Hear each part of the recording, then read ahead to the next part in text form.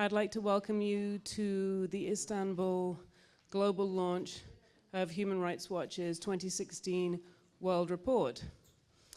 We have with us Kenneth Roth, the Executive Director of Human Rights Watch, and also Emma Sinclair Webb, who is Senior Researcher and our expert on Turkey. And I'm Emma Daly, the Communications Director. So Ken will make some introductory remarks. Emma will follow up with an assessment of the situation in Turkey, and then we'll take questions from people in the room.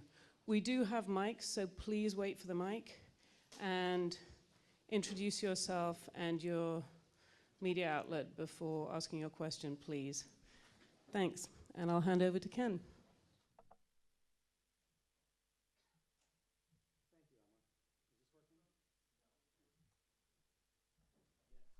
Okay, there we go. Hi, as Emma said, my name is Ken Roth. I'm the Executive Director of Human Rights Watch. And it's my pleasure this morning to be presenting Human Rights Watch's annual World Report, which addresses human rights conditions in the more than 90 countries where Human Rights Watch regularly works. I'm going to introduce the report this morning by discussing a couple of the dominant themes that we saw over the last year, and then turn it over to my colleague, Emma Sinclair Webb, to discuss in more detail how those themes played out here in Turkey. The dominant rights issues of the last year were very much driven by fear. Fear of being killed or starved, tortured or executed led millions of people to flee Syria and other countries such as Iraq and Afghanistan. Fear of what that influx of asylum seekers would mean, particularly in Europe, led many governments to try to raise the gates, to try to block further people from seeking asylum on their shores. Fear of terrorism, particularly prompted by the attacks in Paris, but also by the attacks in Beirut, the attacks here in Istanbul and Ankara and elsewhere, led many people to begin to scapegoat the refugees. It led to rising Islamophobia and trampling on basic rights, particularly to privacy, without any real showing of even effectiveness for those measures. And a very different kind of fear, fear on the part of many authoritarian governments around the world, many autocrats, fear about being held to account by their people, led to an unprecedented crackdown on civil society and the ability of people to band together and make their voices heard collectively. So those fears led to the two dominant themes of the last year that I'd like to highlight this morning. Each of these are serious threats to human rights. One is the reaction to the increase in refugees. And the second, as I just mentioned, is the global crackdown on civil society. We chose Turkey to release this report because Turkey very much stands at the intersection of both of these trends, in some ways positively, in some ways negatively. And we'll get into that in more detail in a moment. Let me first discuss the refugees. I think it's safe to say that there has been a panic that has emerged in Europe because of the refugee flight, because a million people got on boats in the course of 2015 and landed on Europe's shores. Now, it's important to stress that the panic is not a product of the numbers alone. 1 million people represents a mere 0.2% of the European Union's population of 500 million. That is a manageable number. Even if all the refugees went to Germany, that would represent 1.25% of Germany's population of 80 million. Compare that to, for example, to the 3% of the population of Turkey represented by Syrian refugees alone, or to the 25% of Lebanon's population. So the issue isn't the numbers alone. The issue, in our view, has been the chaos, the disorganized nature of the refugee flow. That chaos has given rise to a sense that Europe has lost control of its borders. That has given rise to fears of terrorism, that ISIS would slip operatives into the refugee flow. And it has given rise to the sense that this migration might be endless, that joining the refugees may be uncountable numbers of economic migrants who together would change the culture and the very nature of Europe. Now, there have been several reactions to this refugee flow that have threatened human rights. One has very much centered here in Turkey. We all know that the European Union has at least promised 3 billion euros in aid to Turkey if Turkey would just help stop the refugee flow. Now, that huge potential payment is potentially good and bad, depending on whether it is premised on voluntary or involuntary solutions. Voluntary solutions would be, for example, if that money is spent to bolster the rights of refugees to seek work, the right to have their children educated, essentially their ability to build normal lives here in Turkey while they await the day when it would be safe for them to return home. And frankly, most refugees prefer that option. Most refugees do want ultimately to return home, and therefore, all things being equal, would prefer to stay in a neighboring country, a country of first refuge. So insofar as the 3 billion euros makes that kind of voluntary reduction in the flow to Europe possible, it's to be applauded. But we all know that there are other strings attached, and these become more dangerous. If the purpose of the 3 billion euros is to press Turkey to shut the door, to close its border with Syria, to push back people who come across the border into the hands of Assad or various abusive rebel groups, to demand visas for people who want to fly to Turkey, to bar the boats from leaving Turkey's shores, those kinds of involuntary restrictions on the rights of refugees are wrong. And Turkey should stand up against them. Turkey should not become a party to any European effort to deny the basic rights of people to flee persecution, particularly the severe persecution of today's Syria, and find a safe place of refuge abroad. Now, a second consequence of this refugee flow has been a growing fear of terrorism. In the case of Europe, prompted foremost by the Paris attacks. And that has given rise to an explosion of Islamophobia and an increasing scapegoating of the refugees and other migrants. Now, as a counterterrorism measure, the Islamophobia is the last thing you should want. It's obviously wrong in itself, but it's also exactly what ISIS wants.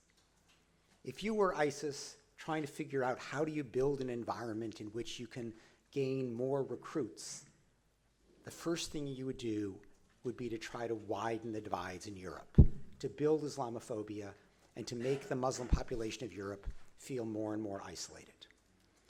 Now, we all know that first-generation refugees are relatively unlikely to engage in any criminal acts, let alone violent acts of terrorism.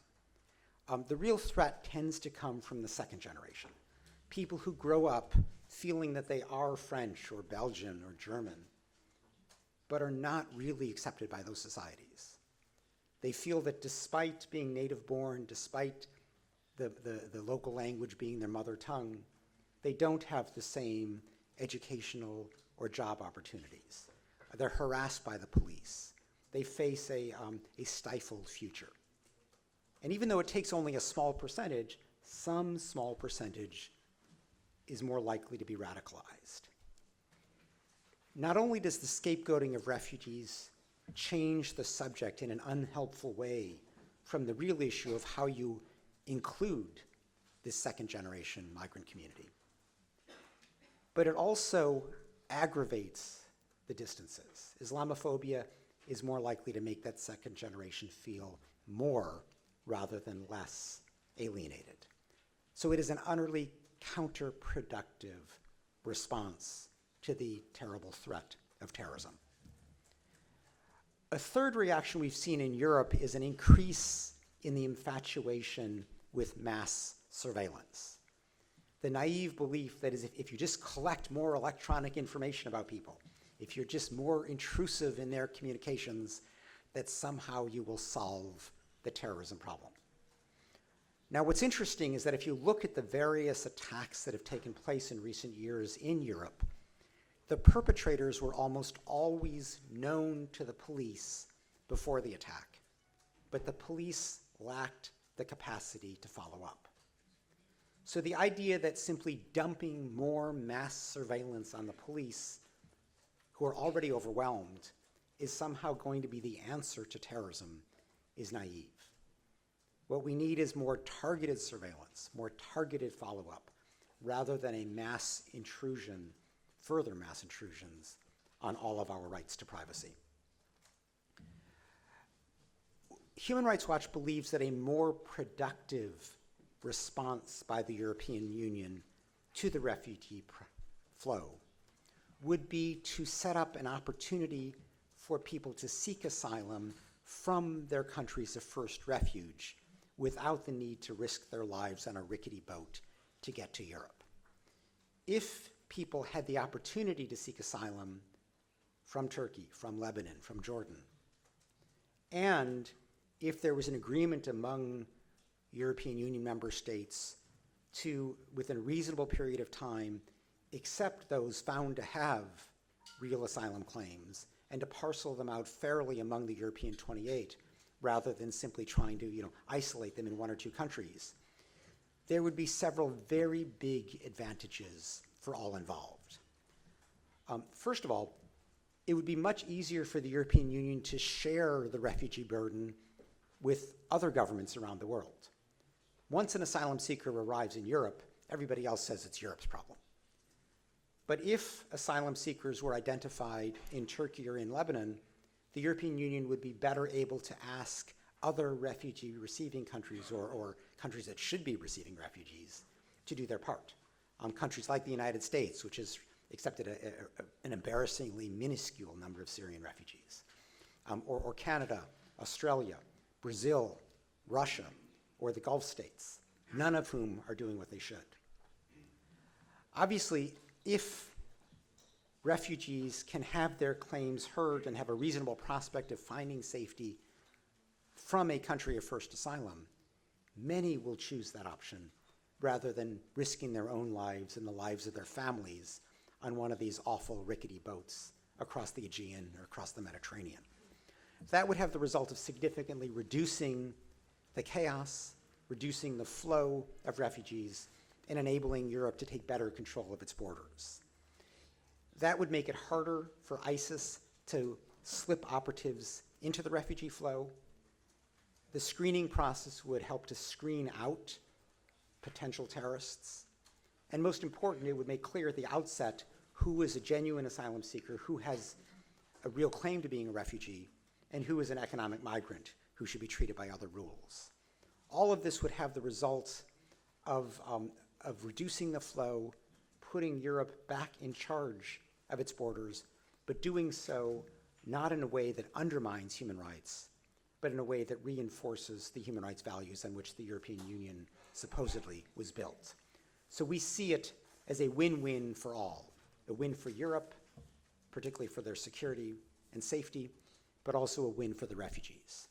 So we urge the European Union to move beyond its internal bickering and to finally accept a policy of allowing refugees to make their claim from their countries of first asylum and then come in an orderly, safe fashion to Europe. Now, let me take a moment to address the second major theme that we've outlined over the past year, and that is the global crackdown on civil society, on civic groups, on NGOs, on the ability of people to band together. Now, this right of association and assembly is absolutely important in any democracy. If people as individuals try to make their voices heard, it's extraordinarily difficult. The only real way that one can influence political debate is by banding together, by organizing civic groups. And that collectivity, that merged voice, the numbers that are brought together are much more able to have an influence on government than any single individual. What we've noticed over the last year in particular is that the autocrats of the world, the authoritarian governments, are running scared in the face of civil society. This has become particularly acute now that civil society has been empowered by social media, particularly social media on a mobile phone. Because what that means is that it is much easier for civic groups to mobilize large numbers of people on the street in order to protest governmental policy. And we saw very visible manifestations of that newly empowered civil society with the Arab Spring protests, with the Maidan revolution in Ukraine, and with the Hong Kong Central protest movement, the Occupy Central protest movement in Hong Kong. This fear of civil society has become particularly acute in Russia and China, because both Putin and Xi Jinping have made an implicit pact with their people. They say, we will give you increasing prosperity, you let us govern without any real accountability. And that deal has worked for those leaders while the economy improved. But now that the economy is in trouble, those leaders are terrified that their people will begin to protest and revolt. As a result, in both Russia and China, we are seeing a crackdown on civil society of an intensity that has not been seen in a generation. And it's not just in those countries. Throughout the former Soviet Union, in countries like Kazakhstan, Kyrgyzstan, Azerbaijan, and Belarus, autocrats are actively restricting the ability of people to join together. Elsewhere, we're seeing similar repression in India, Ethiopia, Angola, Egypt, Saudi Arabia, Morocco, Venezuela, and shall I dare say, even here in Turkey. Now, one of the increasingly popular tools used by authoritarian governments to stifle civil society is to try to cut off their access to foreign funding. Typically, this takes place in the context of countries that are either too poor or too repressive for there to be a significant domestic donor community. Typically, what happens in these situations is if a donor is wealthy enough to make a significant contribution, he or she also has business interests that are readily attacked by the government as a way of dissuading the person from making those contributions. The consequence is that the government has been able to starve civic groups of funds. There is no real domestic source, and when they try to go abroad for funding, as is their right, the government cuts them off, waving the nationalist flag, using various nationalist rhetoric to say that they are really just trying to stop foreign interference in domestic affairs. Now, there's a big dose of hypocrisy in this claim. The same governments that are decrying civic groups for seeking foreign funding and interfering in domestic affairs are the governments that are actively soliciting foreign investment and foreign trade, even though they're perfectly happy allowing those foreign businesses to lobby for positive regulations and laws, even though those foreign businesses routinely engage in public policy debates that are important for their businesses.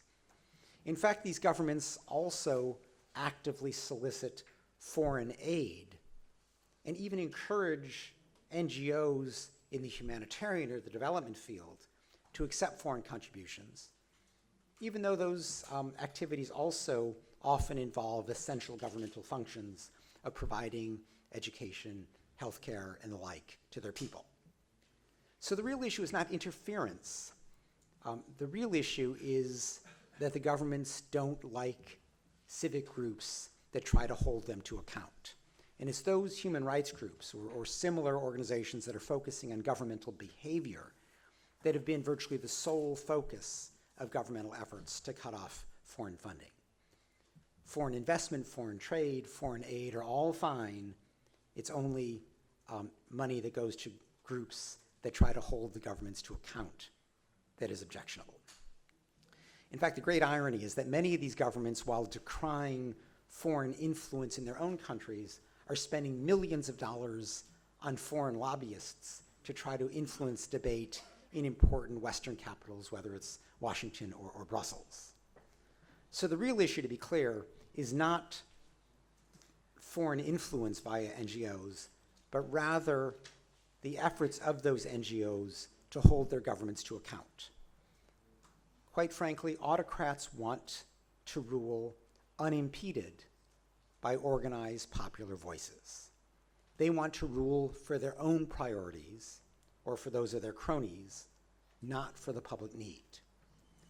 So the world must not be fooled, they must not be frightened by the nationalist rhetoric that autocrats conveniently use to try to cut off foreign funds to NGOs.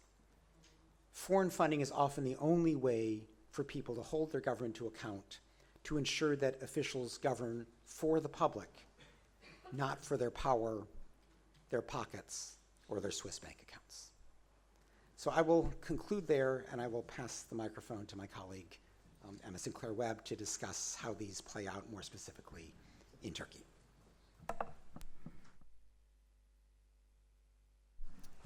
So you can hear me. Thank you, Ken. I will take up the theme of the politics of fear. Turkey's political leaders, and especially the president, have shown an unprecedented willingness over the last year to create a climate of fear for their critics and demonize their opponents. And the other side of that is that in instilling fear in your opponents, you are in fact demonstrating your own fear. Fear of dissent, fear of criticism, and fear of people demanding their rights. Over the past year in Turkey, we've witnessed, I think, the most serious deterioration of human rights that I've seen in the entire time I've worked on Turkey, which is throughout the entire AKP period, and possibly a generation. It's been a very sharp deterioration this year and last year, so 2015, but on into the present. And we are seeing right now the dismantling of all checks on the power of the leaders. It's the Turkey basically dismantling, eroding its democratic framework. This spells for Turkey dark times ahead. It spells for the region dark times ahead if Turkey ceases to become a country that in any way respects human rights. Specifically this year, we've seen, well, specifically over the last year, we've seen the breakdown of the Kurdish peace process and an intensifying crackdown on the media. And it is those two factors, plus the erosion of Turkey's judiciary and criminal justice system, which indeed spell dark times ahead for Turkey. I want to talk a bit about those three themes here. I will start with the southeast. The breakdown of the Kurdish peace process last summer and the escalation of violence probably were not anticipated by any of us. Just the sheer speed of the descent into violence has been so shocking. We've seen in this that basically the state, forces, security forces, are willing to take the conflict to city centers. And we've seen the PKK a willing partner in bringing the conflict to city centers, town centers in the southeast. Lots of town centers have been under curfew for extended periods. And when we talk about curfew, it's blanket curfew in some cases, where you literally cannot go into the town for weeks on end. We've seen in all of this a rising death toll of civilians, and the main victims of this conflict, those who have suffered most, have been the Kurdish population of the southeast, the civilian population. Many people have left their homes, have been displaced now, have to flee the violence. Many people have died in circumstances which are extremely difficult to scrutinize because of the curfews, because of the second theme I want to talk about, which is the extreme crackdown on the media and the extreme crackdown on forms of scrutiny and criticism and the asking of questions about government policy and about, in fact, facts on the ground about what is going on. So you have a situation in the southeast which is actually cloaked in, there's a fog over it, often described as the fog of war, in fact, in which you literally cannot know the circumstances of the kinds of fighting that is going on in city centers.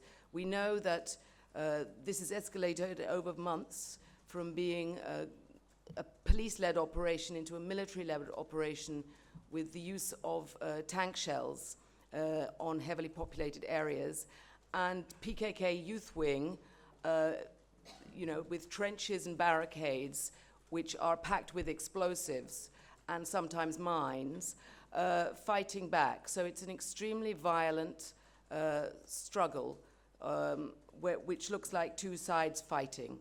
The civilian death toll is, up there, very high numbers, and I think difficult to give exact numbers. I know that's always the question of journalists, very hard to give exact numbers.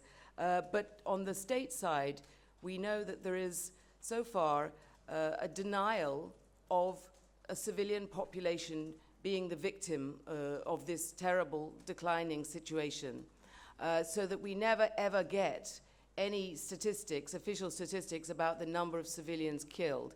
Instead, we get statistics about the number of PKK members killed and other statistics about soldiers and police killed, but we do not see in that picture presented by the government any civilians. And that is an extremely worrying situation. I spoke this morning to people in Cizre again who describe that there are still 28 people held in sheltering in one cellar. Several among them have died, 4 among them have died, 3 are in a very critical situation in need of ambulances and medical treatment urgently. The European Court has asked Turkey to provide urgent treatment for the injured by producing special rulings on this called interim rulings. 5 of these interim rulings have been issued by the European Court. So far, this situation has not been resolved and medical attention has not been provided to those in need. This is an urgent situation that the Turkish government needs to address imminently to prevent loss of life. And decisions of the European Court later that show that the Turkish government has violated civilians' lives and citizens' lives. I would like to just quickly move on to the media. The crackdown has been so intense in the last year, as you know, and I think the scenes that come before our eyes when we think about this are, the brutal attack, the police bursting into the offices of the Koza İpek media group, Bugün TV, and other channels there, and literally pulling the plug on a live broadcast. The imprisonment of Can Dündar and the Ankara representative of Cumhuriyet newspaper, Erdem Gül, was another shocking low moment. They were sent to jail where they joined many other colleagues who were already in jail and have been languishing there for some time. Then the attack on Hürriyet newspaper, the lynch mob attack on Hürriyet newspaper was one of the other shocking scenes of the year, and the attack on also the broadcaster Ahmet Hakan, the physical attack on him. So these are the kinds of dramatic scenes we've been seeing, but behind those dramatic scenes there's a less dramatic but personally dramatic reality for many people who are journalists, is that they've been fired from their jobs, they've lost their jobs, they're out of work. That's the hidden story behind those dramatic scenes. I think we can come back to many issues in question time, so I don't want to extend it greatly. I do want to say that, you know, alongside the crackdown on the media, you have a non-functioning justice system in Turkey these days, which means that not only do the media are unable to scrutinize, but also the justice system is unable to deal with you know, violations of any kind by state forces, public officials, and to bring accountability in court. What we have instead is very abusive use of terrorism laws to muzzle and silence critics. So I'll leave it there now, and we can move on to a question time.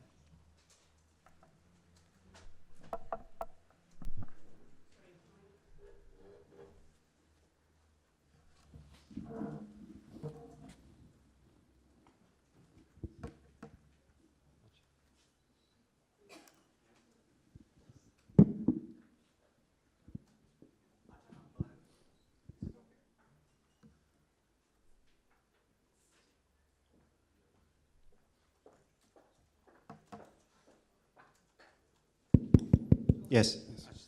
Adan Aldar from Al Arabi TV network. Could you please just shed the light on the human rights violation in Egypt and the Arab world? Thank you.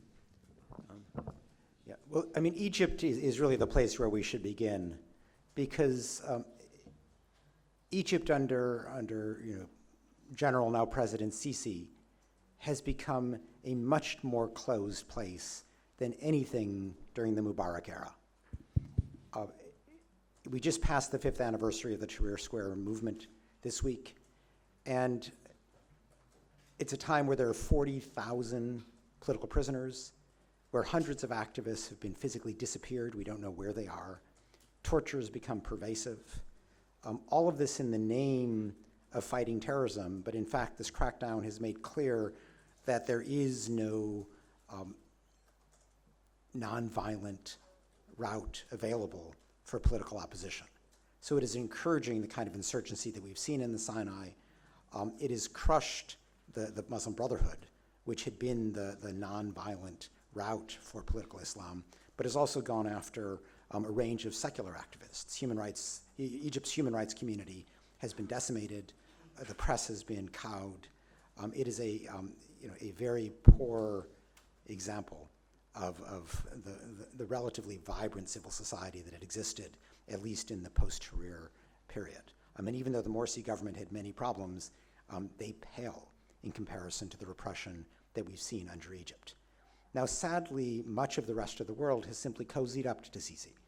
They view him as, perhaps extremely repressive, but at least there seems to be a modicum of stability in Egypt when you compare it with, the low standards set by Libya or Yemen, Syria, or Iraq. But that shouldn't be the standard, and indeed, I fear that stability is going to be short-lived. Egypt's going to have a very difficult time convincing tourists to return, convincing foreign direct investment to increase. The economy is going to be in trouble so long as this kind of extreme repression continues, and it's only a matter of time before popular revolts proceed as well. So I think that Egypt is setting a very, very poor example for the region, which we're seeing lesser versions of it playing out in a number of the Gulf states, in Morocco and the like. İyi günler, merhaba. Ben Müjgan Arpat, ZDF'den, 2. Alman Televizyonu'ndan. 2 sorum olacak. Biri Suriyeli mültecilerle ilgili. Ege'den Yunanistan adalarına geçmeye çalışırken yakalanan ya da kurtarılan mültecilerin özellikle Erzurum geri gönderme ve toplama merkezine götürüldüğü ve oradan yurt dışına gönderildiği konusunda bilgiler çıktı yabancı basında. Bu doğru mu? Ya da o mülteciler ne oluyor sonra yakalanan ve kurtarılan? İkinci sorum da Türkiye ile ilgili. Özellikle 90'lı yıllarda Kürtlerin yoğun yaşadığı bölgelerdeki devlet terörünün failleri, öldürülen Kürtlerin failleri bir şekilde hiç yargılanmadı ya da yargılanan davalar, özellikle JITEM davaları bir türlü sonuçlanamadı. Bu cezasızlık durumu bir sistematik bir durum mu ve bugün yaşadığımız aynı tarzdaki ihlalleri ne kadar etkiliyor? Teşekkür ederim.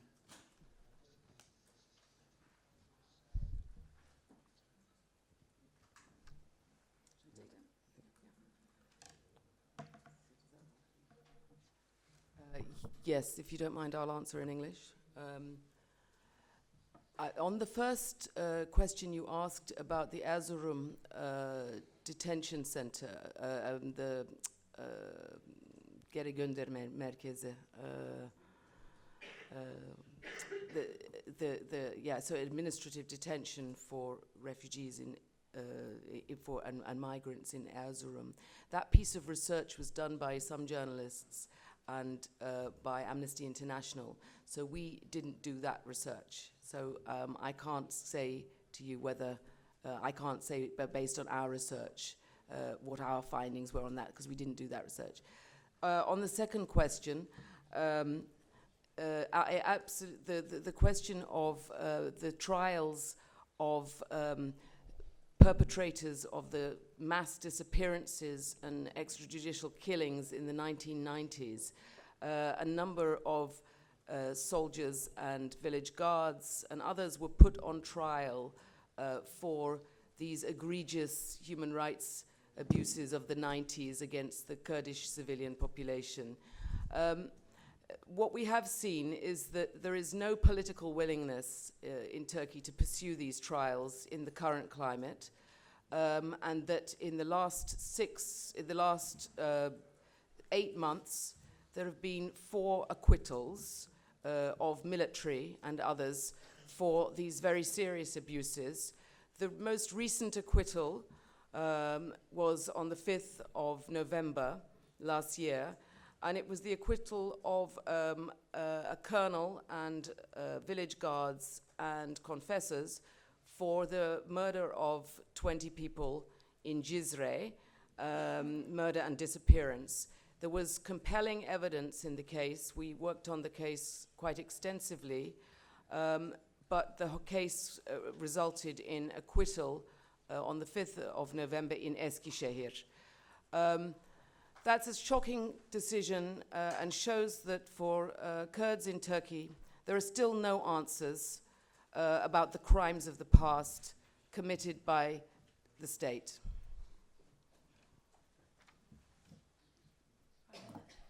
İmece Televizyonu Dilek Gül. Sayın Roth'a bir sorum olacak. 2 sorum daha doğrusu. Öncelikle önümüzdeki günlerde Suriye'nin geleceği aslında Cenevre'de masaya yatırılacak. Dolayısıyla şu zamanlarda konuşulan PYD'nin davet edilmeme durumunu nasıl değerlendiriyorsunuz? Nasıl bir tablo? Daha doğrusu olumlu bir tablo. Bütün tarafların masaya yatırıldığı bir durum söz konusu olacak mı PYD'nin davet edilmemesi durumunda? İkinci sorumsa yine müzakere sürecinde önemli rol üstlenen PKK lideri Abdullah Öcalan'ın cezaevi koşullarını nasıl değerlendiriyorsunuz? Şu an mevcut durumunda da avukatlarıyla görüştürülmüyor. Herhangi bir görüşme de sağlanamıyor. Bu noktada yorumlarınız neler?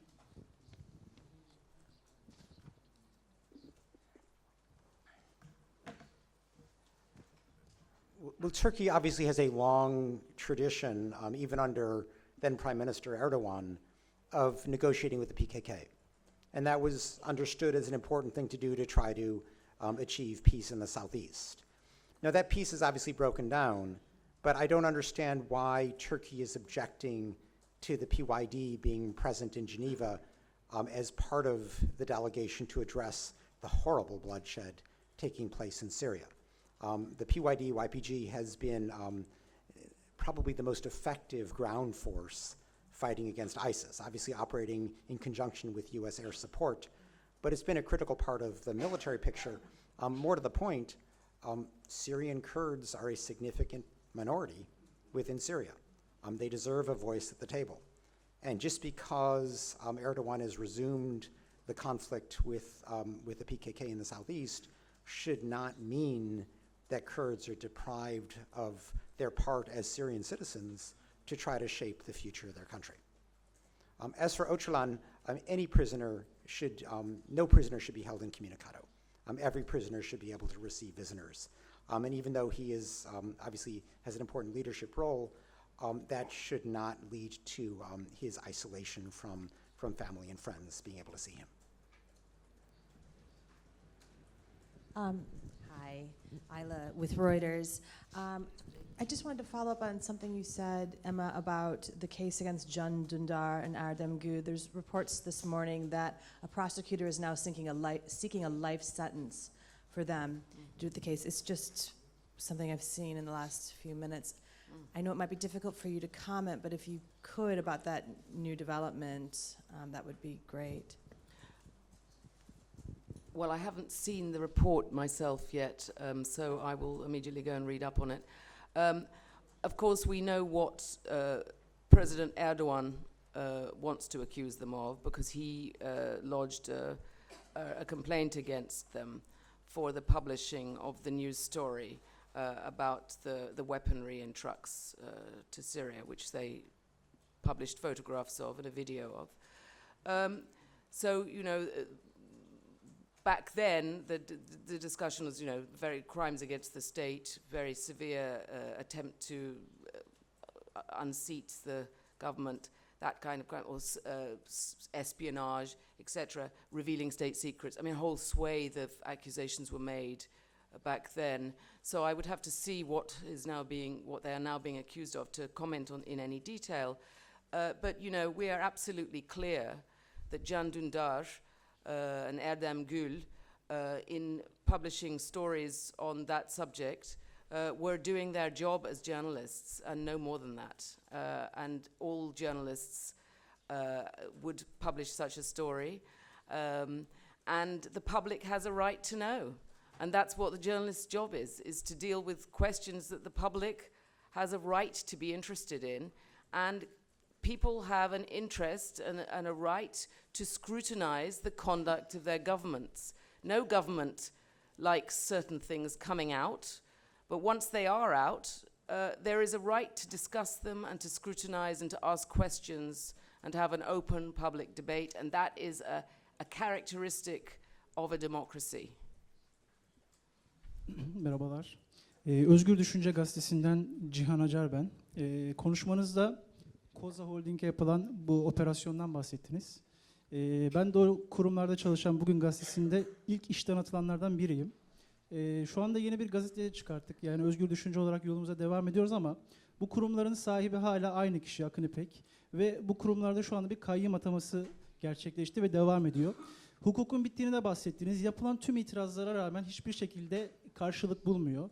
Benim sorum şu, sizin gelecekteki öngörünüz Türkiye'nin bu konuda bir ihlal konusunda gelecekte nelerle karşılaşacak ve bu umutlarınız ne yönde? Yani geleceğe dair olumlu gelişmelerin olması açısından ne düşünüyorsunuz? Well, you know, we've been very clear that there is a right to freedom of expression. There is a right to have a critical and independent and a media that questions the government, that discusses government policies in a critical fashion. And therefore, the decision to take over and violently take over Bugün TV and İpek Media Group, Koza Media Group, is of course an extreme blow for freedom of expression and for democracy and for you know, the press freedom in Turkey. The scenes were very ugly scenes of the police literally breaking into the building, cutting through the fence of the building, and literally pulling the plug on a live broadcast. It was a very dramatic moment, I think, in the recent history of the restriction on the press. What does it hold for the future? Well, it isn't good when a government seeks to control all television channels and to put pressure on the remaining channels that are in any way critical. So, you know, it spells, as I said before, dark times ahead for Turkey. If I could maybe just add a word, speaking a bit more generally about Turkey. We're deeply concerned that the AKP under Erdogan is trying to undermine any institution that is capable of holding it to account. We're seeing this in the attacks on the media, where, you know, any organized opposition is being stifled through a variety of means. We're seeing it in the undermining of the independence of the judiciary and the prosecutors, so that these sorts of judicial checks, the enforcement of the rule of law, have become much less effective.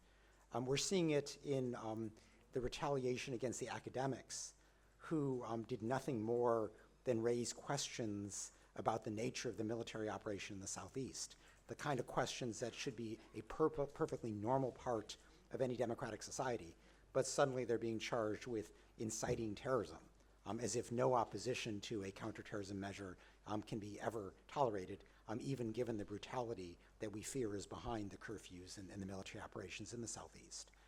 And so, you know, what all this adds up to is, you know, an effort to proceed without any real checks. That is a dangerous authoritarian trend. It is a lack of accountability that makes abuses in the Southeast easier to take place. And so, you know, when Emma speaks about a dark future, it is a future of unaccountable government.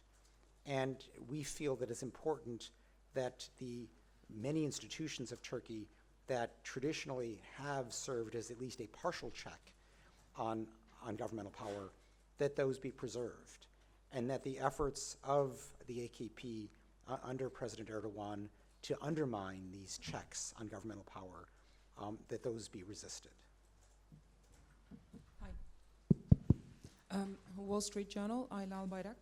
I just wanted to ask, have you had the chance to inspect the nature of, now that PYD is discussed, the nature of PYD rule in Rojava, in the Kurdish enclaves in northern Syria?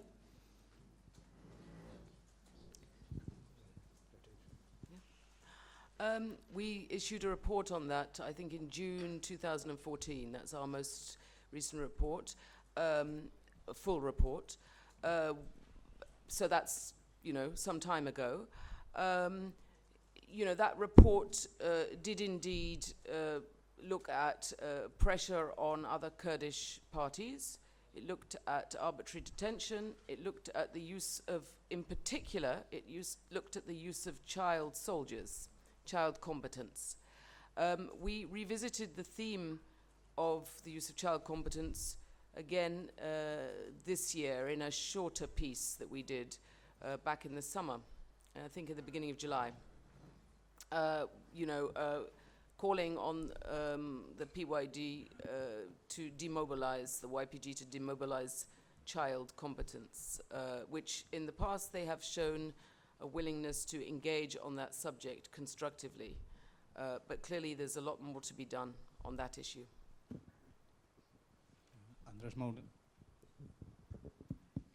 Andrés Mourenza for El País.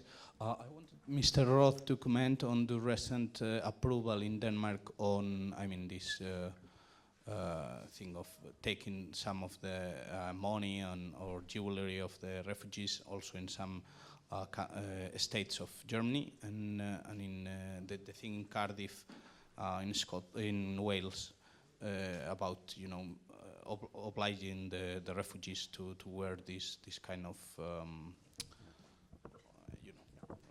red things. Also, to Ms. Sinclair, if she can even if it's difficult to provide some data or which is the data you have about fatalities in the recent Kurdish conflict, civilians and military and PKK. Thank you. I think it's despicable that Denmark and also to some extent Switzerland are moving to seize the last remaining assets of people who, by virtue of their movement and their vulnerability, tend to be impoverished and have very little on them. To focus in particular on jewelry is to really single out, for the most part, women. This is their last remaining assets. And does a rich country like Denmark really need to strip the very last assets of these desperate asylum seekers before providing them basic services? It's worth noting that this issue is not paying back, because if Denmark wanted the asylum seekers to pay back, they would get them a job, which is what most asylum seekers want. And as contributing members to society through the payment of taxes and the like, they would more than pay back whatever services they receive. Rather, this seizure of the last remaining assets of these desperate people seems purely vindictive, purely an effort to send a signal, don't you dare come to Denmark if you're an asylum seeker who has arrived in the European Union. That cold-hearted response is not what we would expect from a wealthy European Union member. Hello, Zeynep Karataş Türey. Someone? Oh, I'm sorry. What was the other question? The numbers. Oh, the numbers. I don't think we know the numbers. I don't think we know the numbers. It's very difficult. I mean, I think I would refer you to the authoritative work of the Human Rights Foundation of Turkey, Mazlum Der, Human Rights Association, and others, and Diyarbakir Bar Association. They've all done reports. They're all trying to compile statistics. It's very difficult. Zeynep Karataş Türey Zaman. I was wondering how you would evaluate Turkey's crackdown on ISIL within Turkey, and do you find it effective? And the information that's not really coming out. I mean, there are operations against ISIL taking place, but we don't know what happens to those suspects. Some are released, some are arrested, and I was wondering how you would evaluate that. Well, I would say I would put it in these terms. There is a clear need for full and proper investigation of the bombings that have taken place, starting with the Diyarbakir bombing before the June election, the Suruç bombing investigation, and the Ankara bombing investigation. An investigation in terms of what were the intelligence failures that led to that being able to happen, that meant that could happen, those bombings could happen. There needs to be, a full inquiry in that, and that should be a transparent and public discussion as well. What we often see in Turkey is that there are gagging orders, broadcast blackouts placed on a lot of after these atrocities occur. And then there is absolutely a ban on discussing the investigation as well, with people sometimes finding themselves criminalized for publicly discussing such investigations.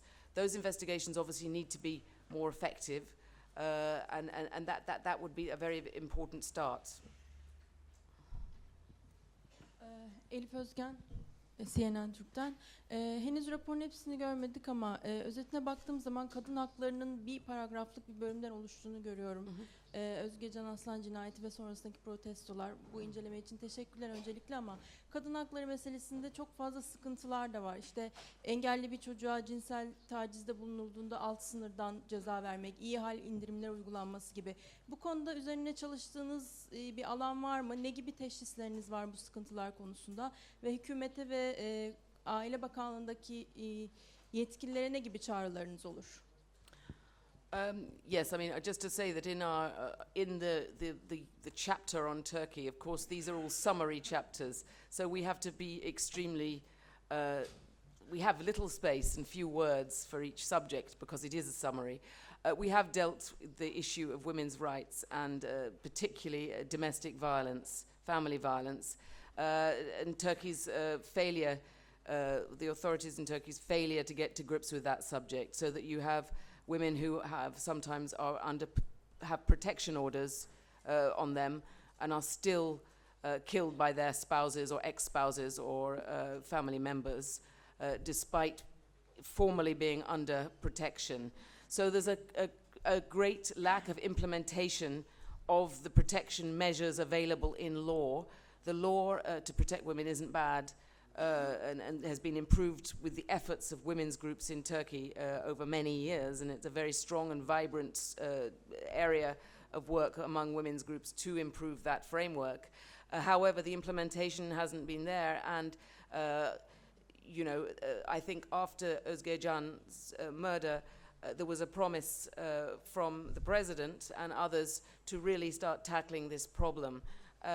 We have yet to see improvements in that area, but the fact that it's publicly discussed very much is a very important thing and a development from the past where it was much more of a hidden problem.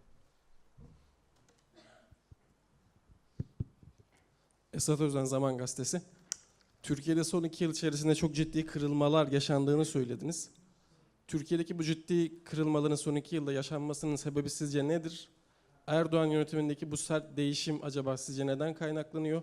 Uluslararası alandaki faaliyetlerle alakalı Türkiye'nin bir ilişkisi olabilir mi bu ciddi değişimin? Teşekkürler. Well, it's difficult. I mean, there are multiple causes, of course, but we've defined that the removal, the willingness to dismantle the checks on power and to erode the democratic framework, to take government control over multiple institutions, the judiciary, the media. These are all the contributing factors. Yeah, let me add to that too, because I think the European Union has played a positive and a negative role. When accession to the European Union was at least being seriously discussed, that provided an important incentive for reform. And it was really the decision of Chancellor Merkel and then President Sarkozy to shut off the accession conversation that at least removed that moderating influence. I wouldn't say that that's the only cause. Obviously, other factors led to this turnaround, including the Gezi Park protests, the release of those audio tapes. But now, suddenly Europe is saying, as part of this $3 billion package, we will reopen the accession conversation. And it's, by all means, do that. That could provide an incentive to reverse some of this crackdown, but only if Europe adheres to the Copenhagen criteria. There should be no lowering of the bar as an incentive for Erdogan to stop the boats. Any efforts to reform Turkey should be on the basis of the ordinary Copenhagen criteria standards, which require respect for rights, respect for democracy, respect for these inherent checks on executive power. And I hope that Europe, in its desperation to stop the boats, doesn't lower the bar. It certainly already has stopped protesting, and that's a deep concern. It would be a disaster if it took the next step and said we will really move things forward on EU accession without Turkey living up to the basic rights standards that should be part of that process. Okay. Question? Yeah, more particular maybe about the European Union and this deal. Would you go as far as to connect the conflict in the southeast to this deal and the public, at least public silence of European politicians? Do you think that is a direct relationship? I don't think anybody could say that the conflict in the southeast resumed because of the European Union. No, but no. I think that there is a real risk. Europe is muting its voice about human rights problems in Turkey as part of its effort to convince Erdogan to stop the boats. But if it is too indifferent to this disturbing rights trend in Turkey, we could find a new influx of refugees, not simply those fleeing the conflict in Syria, but suddenly Kurds who are fleeing repression in the southeast. So I think even if Europe is not being principled, there are very pragmatic reasons why it should try to reinforce checks on executive power, the kinds that would help to prevent an undue crackdown in the Southeast. I think to add to that, you know, the great danger of Europe being, the European Union being unwilling to comment on Turkey's deteriorating internal situation and deteriorating rights and democracy framework, is that Turkey, you know, risks becoming now a very unstable country in an already very turbulent region. And that's why Turkey's allies should be speaking out very strongly on the escalation of violence in the southeast, and, you know, how regrettable it is that only months ago there was a political process underway which is now broken down, and where you know, civilian casualties are rising, and the effect of this conflict, if it becomes deeply entrenched, will be to potentially destabilize Turkey very deeply.